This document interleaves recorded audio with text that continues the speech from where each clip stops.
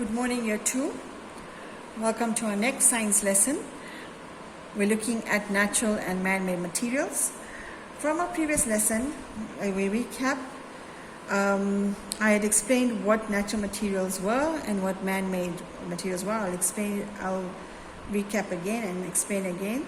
So natural materials come from plants and animals or underground. And man-made materials are materials that are made in factories. Now examples, let me give you the examples again of the natural materials. So we have our cotton that comes from plants, leather comes from animals, wood comes from trees, iron or metal comes from the underground. And you have your man-made materials, which are plastic, glass and nylon. Those are all made in the factories. Cotton that comes from plants, it is picked and spun into fine thread and used to make many things like shirts, trousers and scarves. So that's the cotton. Leather comes from skin of animals such as cow, and it is dried and stretched to make things like handbags, shoes, belts. These materials are made all from living things.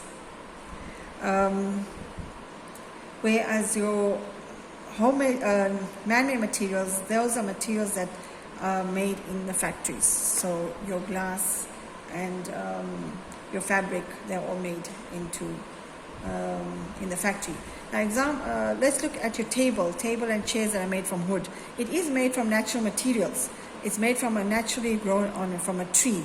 But when you, it goes into the factory, they take the wood and they make it into a table or in a chair or a bed. So that material is actually made from a natural material. So those materials like bed and tables are made from naturally grown materials.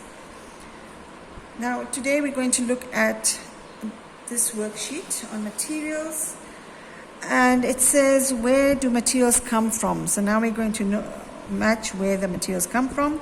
So we have plants, animals and ground. So here you have an animal, so your wool. Where does it come from? So you match it, so you draw a line from the wool to the animal. Then you have a mountain here. What type of material would you find in the mountain? And this is a plant. It's a plant. It's a aloe vera plant. So it's cut up, and that's the picture for that. So you have to match which material is made from which, what it is made out of. Then you have natural and man-made. You have natural and man-made. So you've got the words here. You have to put it according to whether it is natural or man-made. This you will be doing on your own. It's very simple.